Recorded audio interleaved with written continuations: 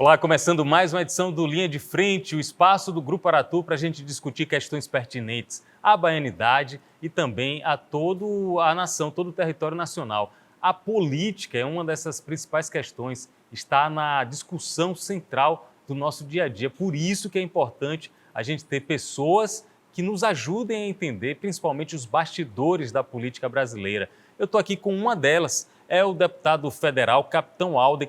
Capitão Alden, que tem uma característica muito especial, você hoje é o vice-líder do maior partido no Congresso Nacional, que é o PL.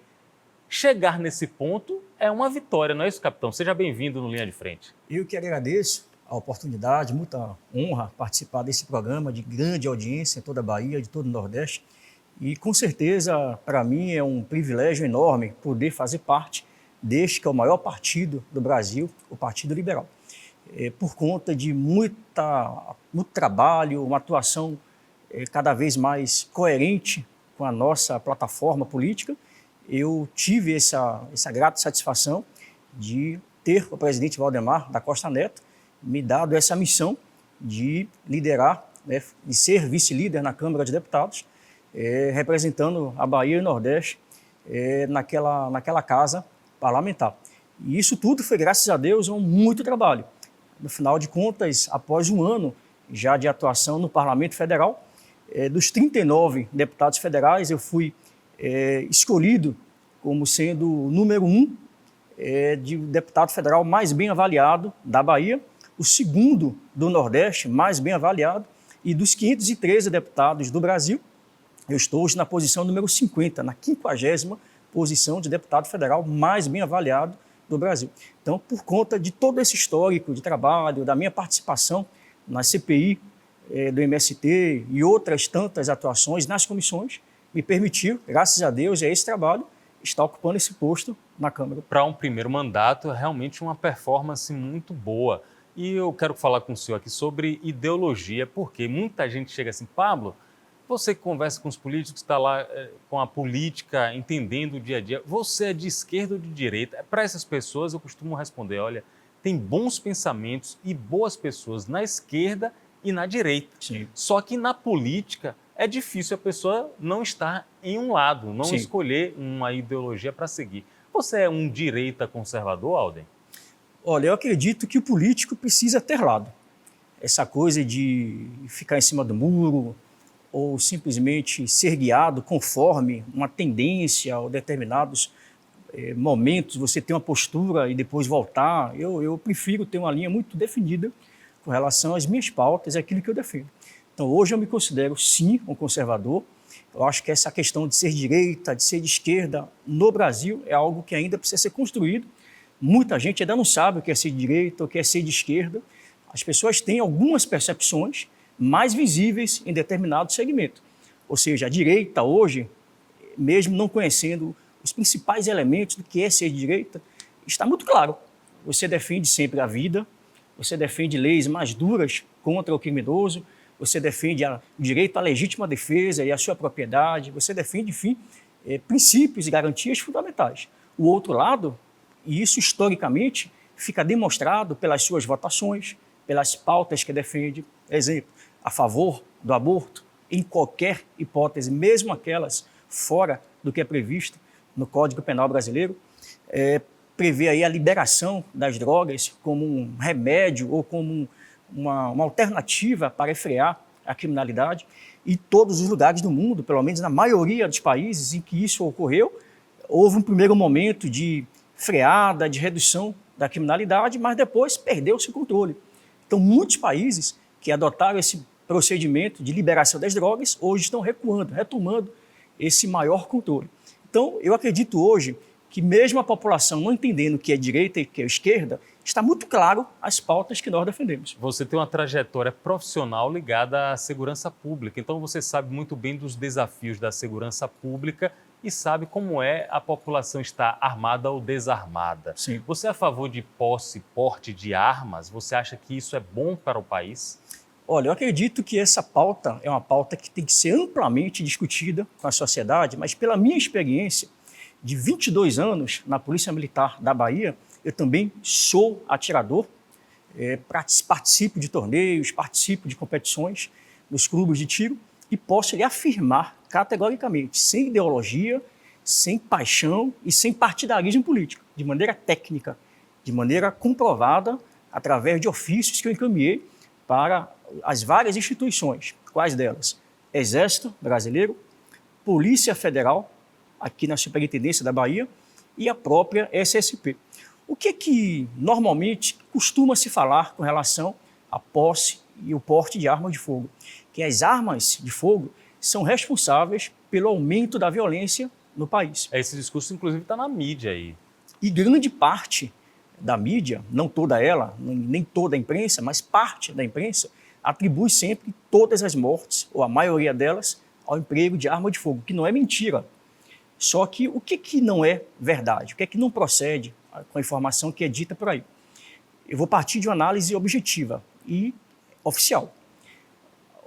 A Polícia Federal, na Bahia, me respondeu a seguinte pergunta: quantas armas nós temos na Bahia?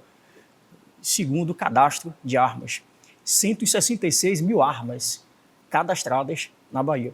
Para 15 milhões de baianos. Para 15 milhões de habitantes, quase 15 milhões de habitantes. E aí, grande parte da imprensa e alguns setores da esquerda falam assim, as armas que estão nas mãos dos CACs, caçadores, atiradores, colecionadores, que são os vilões para esse governo, como eles têm muitas armas, elas terminam sendo furtadas, roubadas ou extraviadas.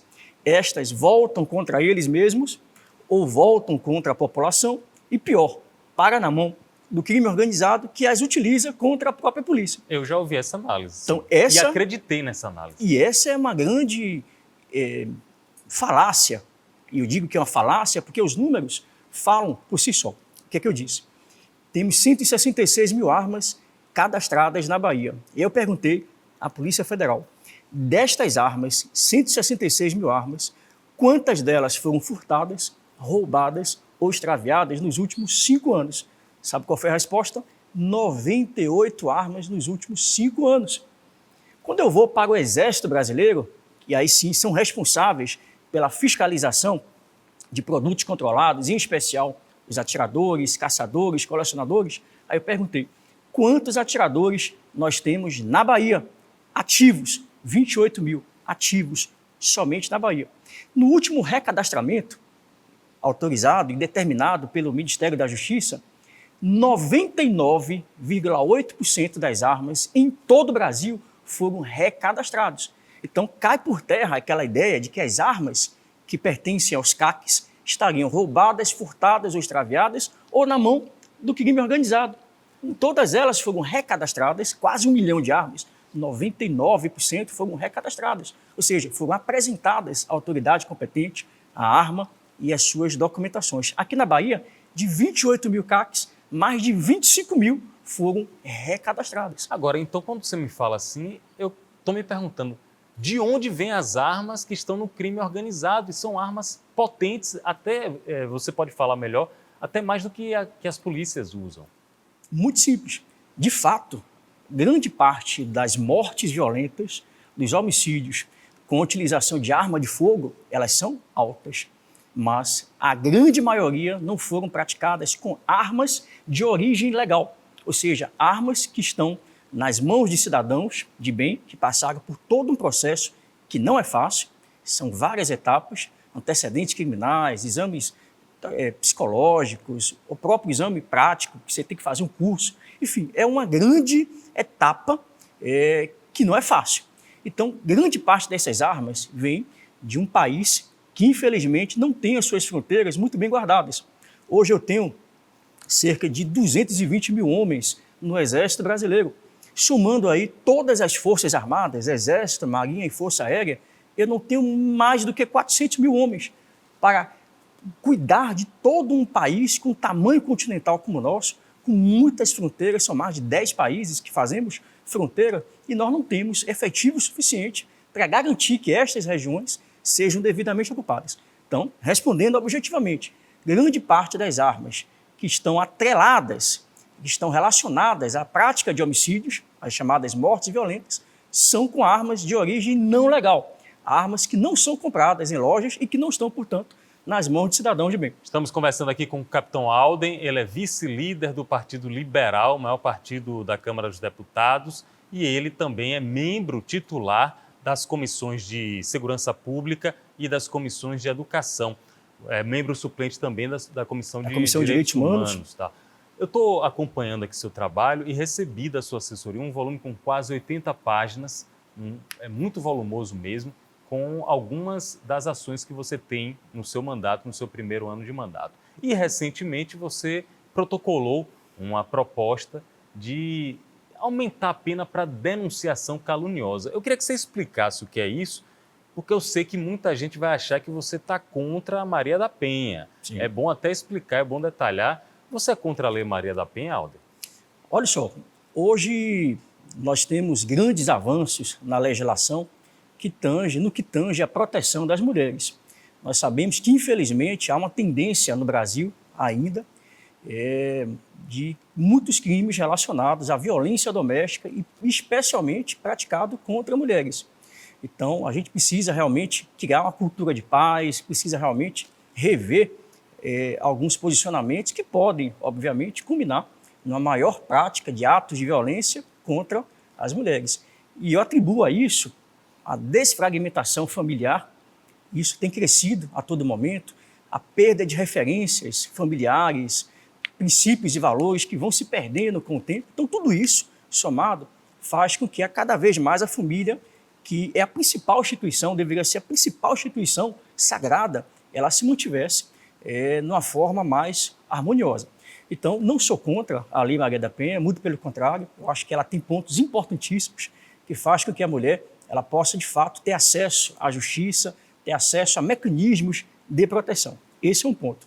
O que nós não podemos admitir é que nesta luta desenfreada pela luta por direitos e garantias das mulheres, a gente tem observado também que alguns casos, não são poucos, no decorrer do processo, percebe-se que algumas dessas mulheres, muitas vezes, se dirigem à delegacia e fazem ou prestam informações falsas contra os seus companheiros, namorados, maridos, enfim, aquele no qual ela está tendo um relacionamento. E no decorrer do processo, ao final, percebe-se, o juiz prova e a própria pessoa que fez a denúncia diz, não, eu fiz uma denúncia, só que eu só quis dar um susto no meu marido. De repente, ele não me estuprou, ele não me bateu, ele não fez isso ou aquilo que está dito no processo. Então, essa é a chamada denunciação caluniosa. Então, isso gera consequências terríveis. Hoje, por conta dessa polarização e dessa questão da violência contra a mulher, praticamente a palavra da mulher é a única coisa que vale. Então, quando normalmente há uma denunciação caluniosa e ela se prova ao final do processo, a vida do homem já acabou. Perdeu o emprego, ele já está com a ficha suja, não consegue, por exemplo, ter acesso ao porte de armas, não consegue, por exemplo, obter uma vaga no emprego, em concurso público. Então, daqui que se prove, ao final do processo, que houve uma denunciação falsa, caluniosa, ele já perdeu aí grande parte da sua carreira. E aí, então, sua proposta é que aconteça o quê nesse caso? Nesse caso, e aí é bom a gente explicar, esse projeto, de forma alguma, é um projeto que visa, de repente, a intimidar as mulheres, para que não faça denúncias, para que não denuncie os homens em caso de violência. Não é isso. Pelo contrário, todo e qualquer tipo de violência deve ser comunicado às autoridades. E eu sou a favor, inclusive, eu servi na Polícia Militar, como eu disse, há 22 anos. Eu tive a oportunidade de trabalhar em um departamento chamado Departamento de Polícia Comunitária e Direitos Humanos. E nesta sessão da Polícia Militar, eu pude desenvolver alguns projetos muito interessantes. Por exemplo, eu identifiquei, através da mancha criminal, das ocorrências policiais envolvendo violência doméstica, quais eram os bairros onde havia maior concentração de casos de violência contra a mulher. Tem alguma lógica nisso? Pode haver. Tem, né? Pode haver. Esse estudo que foi feito foi para que o Estado pudesse atuar de uma maneira mais qualificada naquela região. Então, numa hipótese, eu percebo que uma determinada região, por diversos fatores, tem uma maior incidência de crimes praticados contra mulheres. Qual é o papel do Estado, através da sua polícia, que é preventiva, e os demais órgãos e instituições que devem trabalhar em conjunto com a polícia? Ministério Público, Guarda Civil Municipal, Defensoria Pública, enfim, todos os demais órgãos, além da polícia. Então, o que foi que eu fiz? Eu mapeei áreas de violência e aí nós montamos um programa naquele bairro, por exemplo, para orientar as mulheres daquela localidade como se proteger. Montar uma rede de WhatsApp naquele bairro, onde as pessoas possam se ajudar mutuamente. De repente, eu vi um carro suspeito naquele bairro, eu vou orientar aquela população diante de um carro suspeito. Como é que eu posso proceder? Como é que a comunidade pode se ajudar? Aí eu vou criar lá um aplicativo, Sinesp Cidadão. Eu vou mostrar para a população daquela área como consultar um aplicativo que é gratuito, você pode baixar aí no seu aplicativo, Sinesp Cidadão. E lá eu consulto o nome de pessoas que podem ter mandado de prisão em aberto ou placa de veículos que pode ter restrição de furto ou roubo. Então, de repente, antes de eu ligar para a polícia, ao ver um carro suspeito rondando o bairro e alguém na comunidade viu, ele tem ali um grupo de WhatsApp, uma rede de apoio, gente, eu vi um carro suspeito, está parado ali, alguém consultou a placa, checou a placa, furto.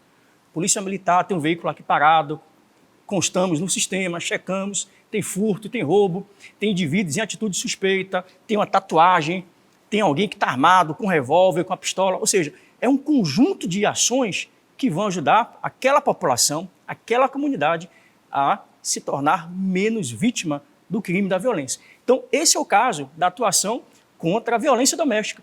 Então, é você adotar um programa local, orientando a população, você pode distribuir apitos para mulheres que, de repente, sofram violência, ou vizinho que, de repente, está ouvindo gritos, está ouvindo alguém gritando, ela começa a apitar, e as pessoas começam a adotar procedimentos visando a ajudar a proteger aquela mulher. Então, são vários fatores. Você tem muita experiência na área de segurança pública, você é um parlamentar conceituado nacionalmente e você tem boas ideias. Você é uma pessoa inteligente, empenhada nessa questão. Você é ouvido pela SSP, por exemplo, porque a questão da violência na Bahia é uma questão dramática. Dramática. Um secretário, alguém do governo te convidam para falar, olha, me dê ideias aqui, como que você está vendo solução para esse problema? Olha, é importante você me fazer essa pergunta, apesar de eu estar hoje no PL, que é um partido que está em oposição ao PT aqui no Estado, eu sempre me coloquei como uma pessoa para colaborar. Todas as vezes que saem reportagens, saem notícias de violência, o próprio Marcelo Werner pode confirmar isso. O tempo inteiro eu encaminho ofícios solicitando dados, informações. Já estive com ele 3 vezes, inclusive no último ano passado, final do ano passado, eu vi com a comissão de parlamentares da Comissão de Segurança Pública e Combate ao Crime Organizado, eu e mais 6 deputados federais, inclusive o presidente da comissão naquela época, o deputado federal Sanderson, onde nós fizemos uma avaliação do que ouvimos, fizemos propostas com relação à criminalidade. Olha que interessante. Nós vivemos em um estado da Bahia que em 20 anos, independente do governo, não vou aqui falar de governo, mas vamos trazer números. Em 20 anos, nós já temos 90 mil assassinatos. Número de guerra. Em menos de 3 meses, caminhando por 4º mês, aqui na Bahia, já temos 720 homicídios registrados. São mais de 500 tiroteios registrados. Então, são números de guerra. Então, a todo momento, eu não faço apenas críticas, eu não fico batendo, porque é o PT, porque é o PCdoB, longe de mim. Eu sou técnico, eu sempre pautei a minha atuação de uma maneira técnica e na resolução de conflitos. Então, se tivesse a oportunidade de ser convidado para propor soluções efetivas, eu não tenho dúvidas que, independente de ser PT, PCdoB, eu estarei à disposição para contribuir. E tenho feito sempre isso. Na Comissão de Segurança, a gente manda ofícios, manda sugestões, eu encaminho sempre sugestões. Então, respondendo a pergunta, nunca fui convidado, nem pelo secretário, nem pelo algum integrante do governo, deste governo, para propor, sugerir ou ser ouvido. Tanto sim que no início, logo do meu mandato, eu me coloquei à disposição do governo do Estado da Bahia, e isso ninguém pode mentir, que eu tenho ofícios desde o primeiro dia do meu mandato, eu solicitando uma reunião com o atual governador e com o vice-governador da Bahia, o senhor Geraldo, justamente me colocando à disposição para que eu pudesse apresentar projetos que fossem viáveis para a segurança pública. Eu nunca recebi nenhum tipo de resposta desse ofício. Tem um projeto, e posso provar que tem esse ofício. Tem um projeto seu que chama a atenção, que é relacionado a quem cometer algum crime contra policial no exercício da função, quem for agressivo contra o policial, quem tentar matar o policial, já não existe punição para quem faz isso? Como é seu projeto em cima disso? Perfeito. Vamos, de maneira bem objetiva, para não gerar ruídos e entendimentos contrários à finalidade desse projeto. Nós já temos uma previsão legal no Código Penal brasileiro, que é o chamado crime de resistência, temos o crime de desobediência e, obviamente, esses crimes, essas tipificações, elas foram previstas em 1940. Portanto, o Código Penal brasileiro que nós temos hoje, quando fez a previsão legal desses tipos penais, foi em 1940. Então, o Código, atualmente, ele não prevê circunstâncias, situações que hoje é muito comum. Então, nós, como parlamentares, temos que estar antenados com aquilo que está na lei e se ele está adequado para o que a sociedade precisa hoje. Então, o que é que nós temos hoje de concreto, de fato? Anualmente, todos os canais de comunicação, eles têm veiculado informações de que é cada vez mais comum e tem normalizado cada vez mais a reação violenta contra agentes do Estado.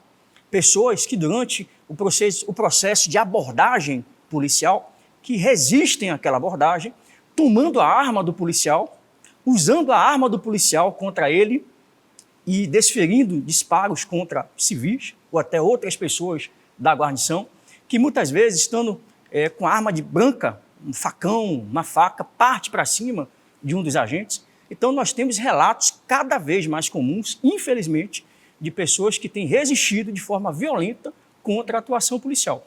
Nós não queremos com isso, pelo amor de Deus, nós não queremos com isso intimidar o cidadão, muito menos criar artifícios para que policiais que se utilizem da sua função, da sua prerrogativa, pratiquem abuso de autoridades e fiquem impunes.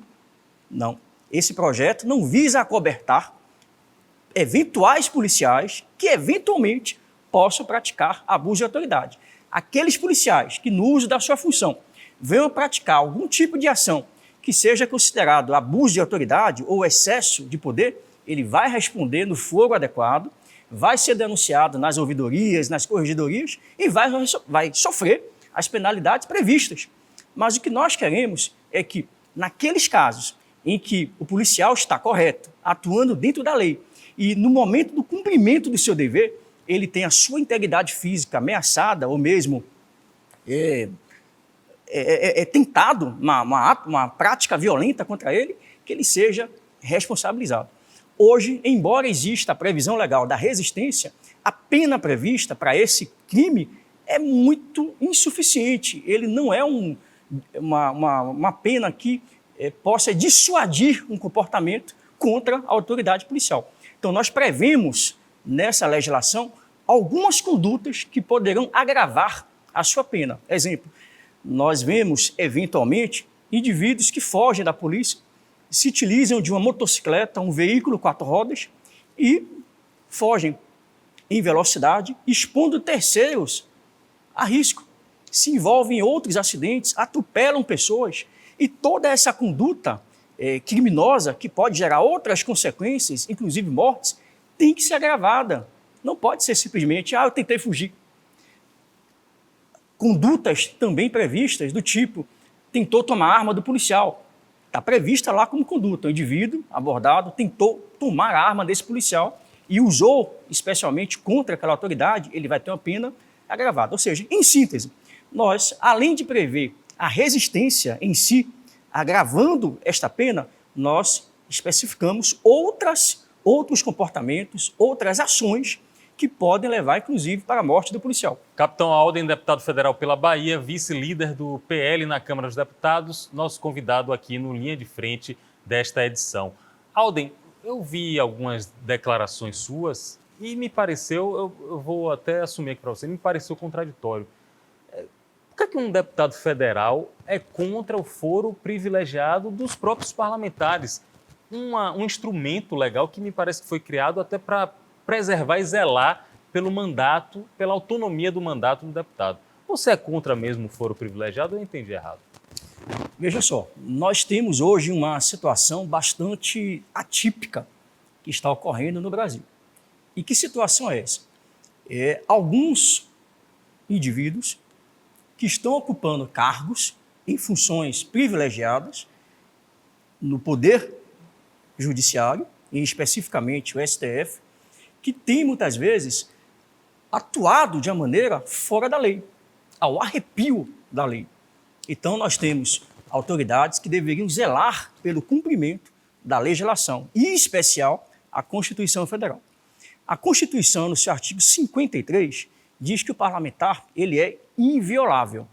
A partir do momento que ele é diplomado como deputado federal, senador da República ou deputado estadual, ele é inviolável nas suas palavras, nas suas opiniões e no seu voto. Então, o que nós temos visto hoje é uma sanha persecutória, a qualquer custo, ao arrepio da lei, onde parlamentares, por simplesmente ter opiniões diversas deles ou do sistema, têm sido perseguidos, têm sido presos. Por exemplo, parlamentares que têm tido as suas redes sociais bloqueadas.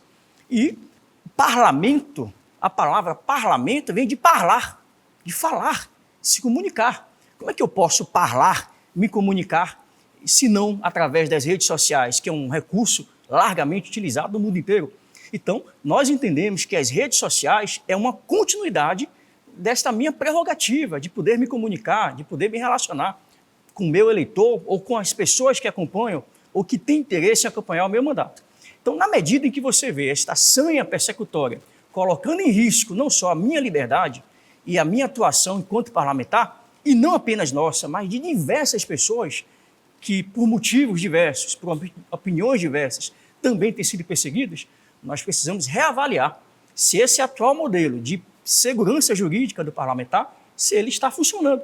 Então, eu acredito que não. Trocando em miúdos, atualmente o parlamentar ele é julgado pelo Supremo Tribunal Federal, são Sim. 11 juízes e juízas, e sua proposta é que não, é que passe a ser julgado pela Justiça Comum, é isso? Pronto. E aí também vale aqui um alerta para toda a sociedade. Não é uma proposta minha, eu não apresentei uma proposta nesse sentido. Já existem propostas tramitando na Câmara dos Deputados e até no Senado Federal. E hoje há uma convergência, especialmente de deputados da bancada de oposição, que entendem que, da forma que está o artigo 53 e da forma que está previsto as chamadas imunidades parlamentares, ela não contempla a nossa atividade, não nos dá respaldo para a nossa atuação. Eu vou dar um exemplo concreto. Quando eu estava aqui como deputado estadual, aqui pela Bahia, grande parte da imprensa à época noticiou que eu teria invadido um hospital durante a pandemia. O fato que ficou chamado de Hospital Riverside, invasão ao Hospital Riverside. Eu estava como deputado estadual, recebi várias denúncias de pessoas que moravam no entorno do hospital e me diziam: capitão, não está certo, tem alguma coisa errada. Um hospital grande e não tem nenhum paciente, não tem ambulâncias entrando para lá e para cá.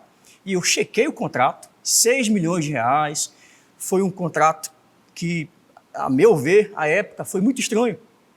Era um hotel muito famoso naquela região que faliu. O governo do estado, à época, comprou esse hotel por um valor bem interessante e depois se transformou em um hospital de campanha. E aí eu fui como parlamentar, e esse é o papel que a Constituição diz. Diz lá, cabe ao parlamentar ou ao parlamento ou ao Congresso Nacional fiscalizar atos do Poder Executivo. Então, subentende-se que o vereador, o deputado estadual, o deputado federal, o senador, além de legislar, deve fiscalizar o Poder Executivo. Então, nesse objetivo, nessa minha missão de fiscalizar, me disseram que eu invadi, que eu entrei armado, que eu entrei no quarto e vi uma pessoa, um paciente nua, e nada disso foi comprovado. Eu fui, inclusive, com um funcionário que está trabalhando aqui hoje, e ele trabalhava comigo antes e fez a filmagem. Nós cedemos essa imagem toda, integralmente, para o Ministério Público, para toda a imprensa baiana, mostrando fase a fase dessa minha entrada no hospital. Eu tinha autorização do secretário, à época, por escrito. Nós entramos conforme a legislação mandava, entrei, fiquei no hall, aguardando, inclusive, a direção do hospital a comparecer ao local do ambiente e fui acusado de invadir o hospital. E aí, pasmem, o STF disse que o parlamentar só tem a competência de fiscalizar atos do Poder Executivo caso ele faça parte de uma comissão parlamentar. Ou seja, estou na comissão de educação. Então, eu posso fiscalizar escolas, universidades, enfim. Se eu estivesse na comissão de saúde, poderia fiscalizar hospitais, enfim, clínicas.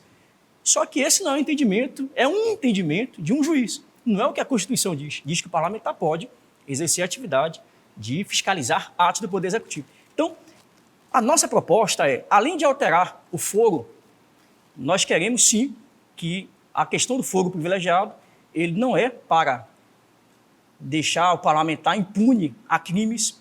Então, o parlamentar que continuar praticando corrupção, crimes de homicídio ou quaisquer outros crimes previstos no Código Penal, deve ser responsabilizado. Um exemplo prático... Mas pela justiça comum. Perfeito. Um exemplo prático que pode chamar a atenção do público. O deputado federal Domingos Brazão foi preso, acusado de mandar matar Marielle Franco. Ele está preso injustamente? Ele não deveria estar preso? Pronto. Eu vou lidar de maneira técnica e constitucional. Segundo a Constituição, o parlamentar, uma vez diplomado, ele sendo preso, o Congresso Nacional deve ser informado em até 24 horas para que esta casa decida se mantém ou não a prisão. Qual é a minha visão jurídica, constitucional, sobre este fato em específico? A mesma coisa deve acontecer a ele o que aconteceu com a Flor Derlice, uma deputada federal que foi acusada de orquestrar a morte de seu marido. Foi o que aconteceu com ela? Ela foi presa, a Casa Legislativa derrubou a prisão, ela foi solta, depois foi denunciada ao Conselho de Ética. No Conselho de Ética, ela foi cassada e, após a cassação, ela respondeu pelo seu crime. O que deve acontecer com o Brazão, neste caso específico, que ele está sendo acusado de ter participado do crime que culminou na morte de Marielle, me parece que o motorista, é o mesmo caso, constitucional. Então, no momento que o Congresso Nacional for decidir pela manutenção da prisão do Brazão, nós iremos decidir pela não permanência da prisão dele, porque a Constituição Federal assim o diz. A Constituição Federal diz que o parlamentar, uma vez diplomado, só pode ser preso em flagrante delito, que não foi o caso, ou, obviamente, quando você tiver ali crimes inafiançáveis, e também não é o caso, ele ainda está sendo acusado, ele é suspeito. Então, o que nós respeitamos é a prerrogativa do foro, a prerrogativa da função.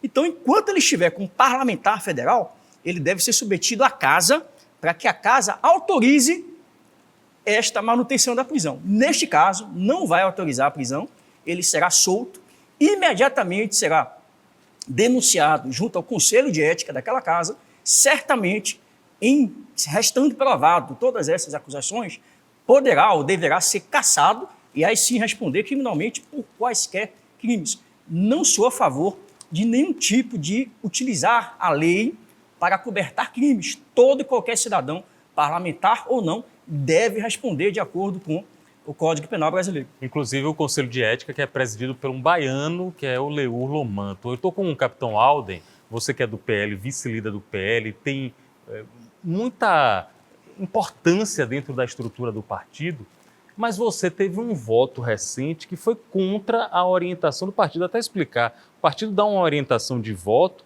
e espera, a legenda espera que todos os seus parlamentares votem de acordo com a indicação. Sim.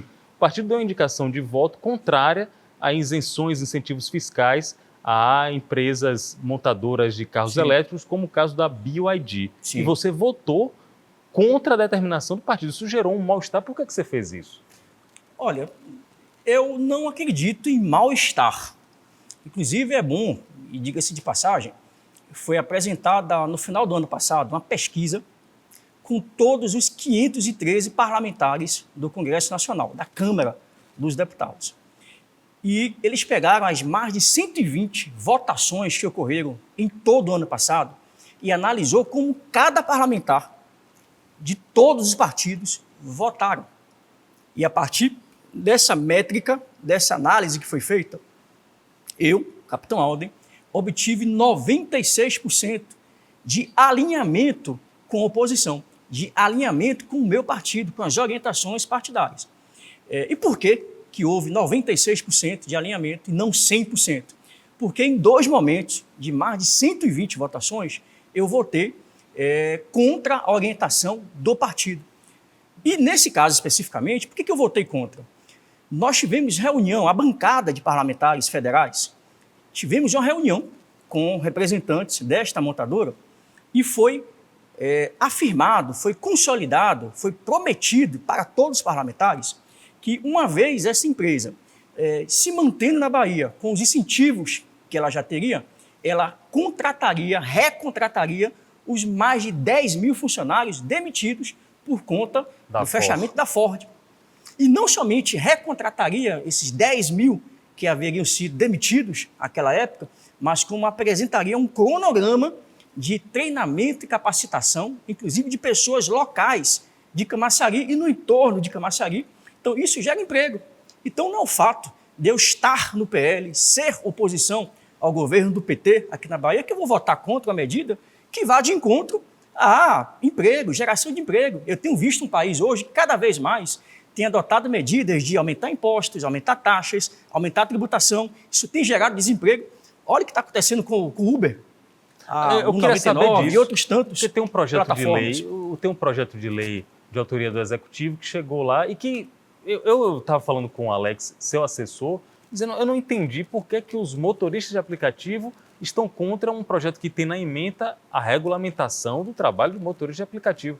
Você é contra ou a favor esse projeto de lei que está lá na... Antes de mais nada, eu também estou membro da Frente Parlamentar em defesa dos motoristas por aplicativo. E qual é a nossa principal crítica com relação a esse projeto que foi encaminhado pelo Poder Executivo ao Congresso Nacional? Primeiro, a frente na qual eu faço parte tem 220 deputados federais. Nenhum de nós fomos consultados. Em nenhum momento nos foi apresentado uma proposta para que nós pudéssemos avaliar os impactos. Em nenhum momento se reuniu com as categorias. Só aqui em Salvador são mais de 50 mil profissionais que trabalham e que na pandemia, em especial, foi uma renda que salvou milhares de pessoas contra a miséria, contra a fome. Então, esse é o meu ponto de vista. Hoje, pelo atual projeto apresentado pelo governo, eu sou contra. E por que os motoristas por aplicativo também o são contra, já que visaria regulamentar a categoria? Primeiro, porque todos querem, obviamente, uma profissão que tenha direitos e garantias, que lhe dê condições mínimas, uma aposentadoria, que lhe dê condições mínimas de segurança no trabalho, todo e qualquer profissional quer isso. Mas da forma como foi feita, sem ouvir a categoria, e da forma que foi apresentada, vai gerar mais desemprego do que emprego. Tanto sim que várias plataformas estão ameaçando deixar o Brasil, fechar as suas portas. Então, se a própria plataforma está vendo ali no projeto pontos que podem ensejar em mais demissões, tem que se parar para discutir. Quero conversar com o Capitão Alden sobre Feira de Santana, a segunda maior cidade da Bahia. Mas antes de Feira de Santana, o senhor esteve lá na mobilização na Avenida Paulista, que foi, eu diria, um momento da direita brasileira em prol de Jair Bolsonaro. Qual a sua avaliação da quantidade de pessoas e o que é que gerou de consequência aquela aglomeração de gente? Perfeito. Eu vou falar como técnico, não somente como um parlamentar que estou hoje. Eu trabalhei, digo e repito, durante 22 anos na Polícia Militar da Bahia e destes 22 anos, 3 anos no Batalhão de Eventos Especiais, o BEP, que é o responsável pelo policiamento em carnavais, micaretas, jogos de futebol, em estádios, enfim. E nós temos, inclusive, ferramentas e o conhecimento técnico para determinar em um espaço, uma determinada área, a quantidade de pessoas que lá estão presentes. Então, eu posso ali afirmar categoricamente que não havia ali 180 mil pessoas, conforme parte da imprensa noticiou e grande parte dos partidos. Então, seguramente, pelos cálculos, pelo tamanho da avenida, 3 quilômetros, uma série de ruas no entorno, no mínimo 750 mil pessoas estavam na avenida. E eu andei por quase toda a avenida, as vias transversais, os acessos, todos tomados por pessoas com a camisa verde e amarela. Então, entre 750 mil e 1 milhão de pessoas, volantes, estavam presentes no entorno daquele evento no dia 25. Quais foram as consequências? O que nós podemos esperar diante de tal movimentação? Primeiro, é importante lembrar que foi um movimento genuíno, todos foram de graça, não havia por trás sindicatos, não havia por trás partidos políticos e qualquer tipo de movimentação partidária ou financeira para que as pessoas fizessem parte daquele movimento. Primeiro ponto, diferentemente das outras vertentes que utilizam de manobras das mais diversas. Então, esse é o primeiro ponto.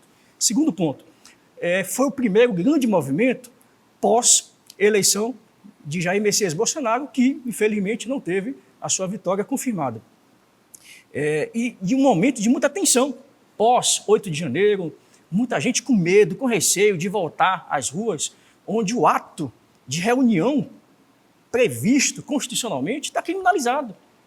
Então, foi um momento de muita tensão, de muita vontade das pessoas voltarem para a rua. E o mais interessante, todos os 4 anos do antigo governo Bolsonaro, todos os movimentos foram representados pela sua pacificidade dos movimentos.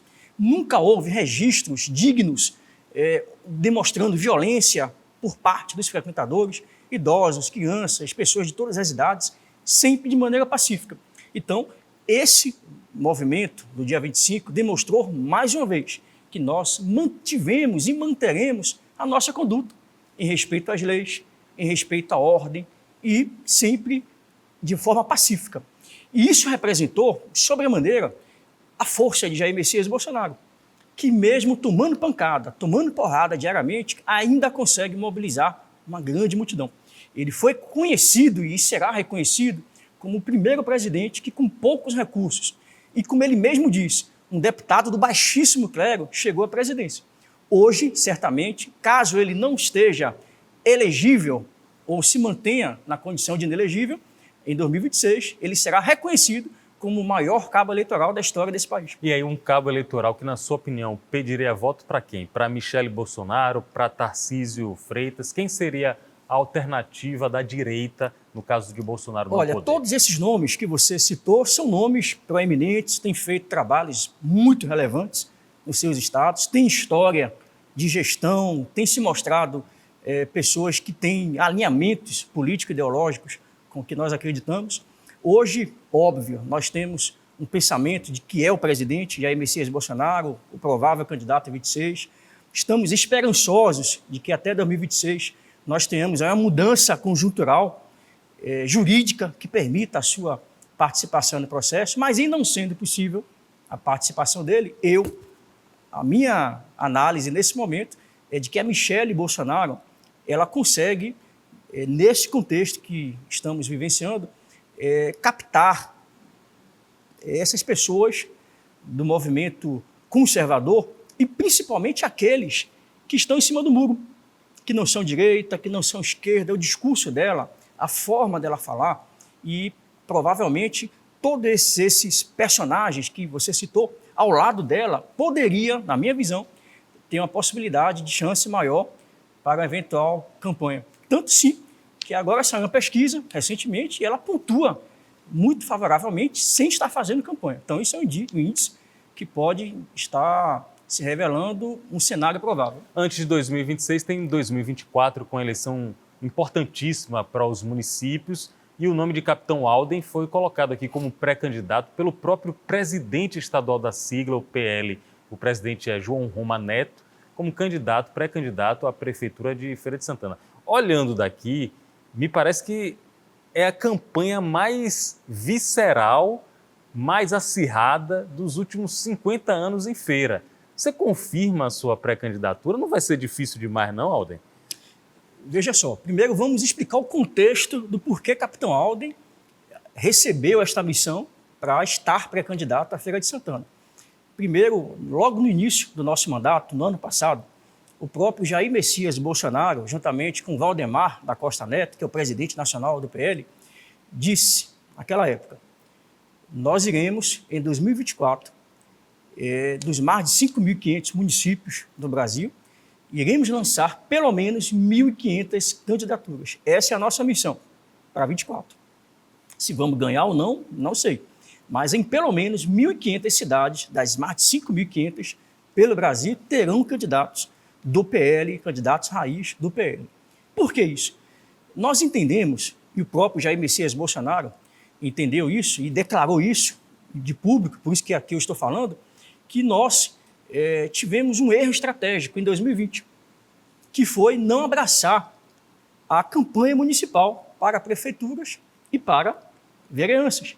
Então, isso pode ter causado um prejuízo muito grande, politicamente falando, porque quando você investe em vereadores e prefeitos, você passa até bases consolidadas.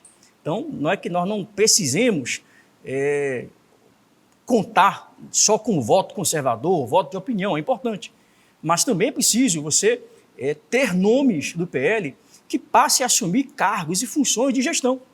Na medida que eu invisto em vereadores, eu vou dar a oportunidade de colocar pessoas em cidades que poderão, no cargo de vereador, assumir bandeiras, assumir uma fala no microfone, ter protagonismo. Eu começo a fervilhar naquele município novos nomes, novos quadros. E esse é o papel de João Roma, alinhado com o PL nacional. Fomentar novas candidaturas, fomentar novas lideranças, novos nomes. Então, hoje, de repente, você não tem vocação, ou não tem vontade de sair candidato, até por conta dos preconceitos que há em torno da política. Mas, na medida em que você cria uma organização forte, você tem orientação partidária, você tem um movimento que atrai mulheres, que atrai jovens para a política, mostrando o outro lado de se fazer política, você começa a criar esperança, novos quadros para ocupar espaço na política. Então, a gente precisa ocupar espaço. Esse é o primeiro ponto. Segundo ponto, por que Capitão Alden está assumindo esta missão de participar de uma pré-campanha em Feira de Santana?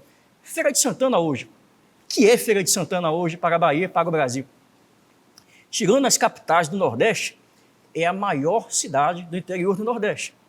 De todos os estados do Nordeste, os 9 estados, Feira de Santana é um dos 10 municípios que apresentam mais de 10 bilhões de reais de PIB. Só ano passado, 17 bilhões de reais em PIB. Então, imagine uma máquina dessa, uma força como é Feira de Santana, na mão da esquerda, na mão de um partido que vai usar toda essa estrutura para fortalecer as suas estruturas de doutrinação ideológica, enfim, a militância, que eles são especialistas nesse tipo de trabalho. Então, nós não podemos permitir que cidades importantes da Bahia e do Brasil estejam nas mãos da esquerda. Então, essa foi uma primeira missão, da gente ocupar espaços, impulsionar novas lideranças. Eu nunca concorri a um cargo eletivo para o executivo e esse desafio torna ainda mais interessante a disputa. Hoje, com certeza, eu sou um nome extremamente favorável em Feira de Santana. Primeiro porque Bolsonaro teve, no segundo turno, 180 mil votos, numa cidade com quase 700 mil eleitores. Não há uma cidade, mesmo Bolsonaro, só tendo vencido em 2 das 417 cidades baianas, mesmo só vencendo em 2, em todos os municípios, Bolsonaro teve mais de 30% dos votos válidos.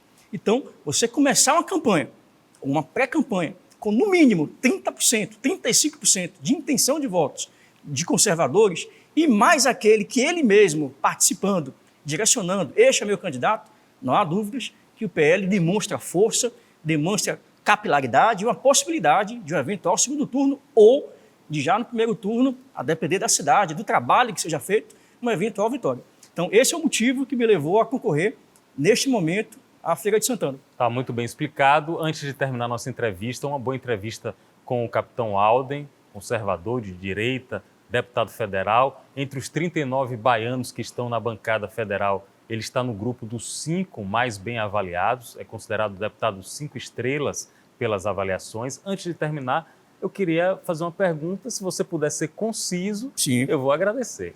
O Brasil, na sua avaliação, é um país progressista ou conservador?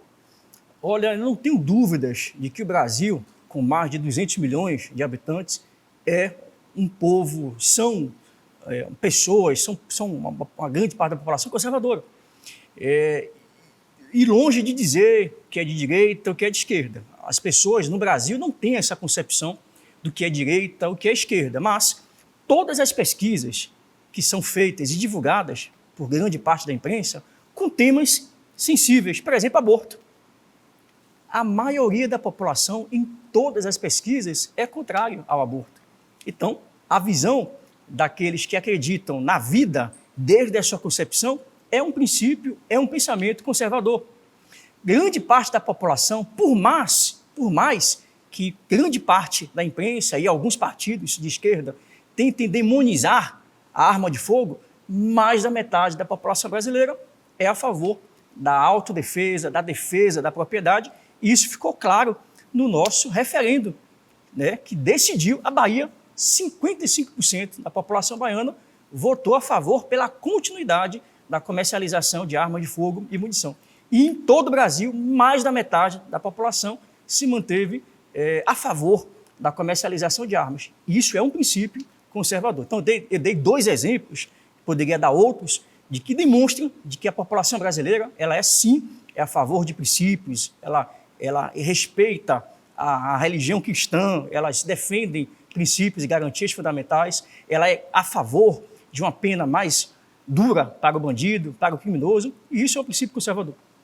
Conversamos aqui com o capitão Alden, baiano que está na Câmara dos Deputados, na condição atual de vice-líder do PL, o Partido Liberal, que tem o maior número de parlamentares na casa. Um abraço a todos e até o próximo encontro.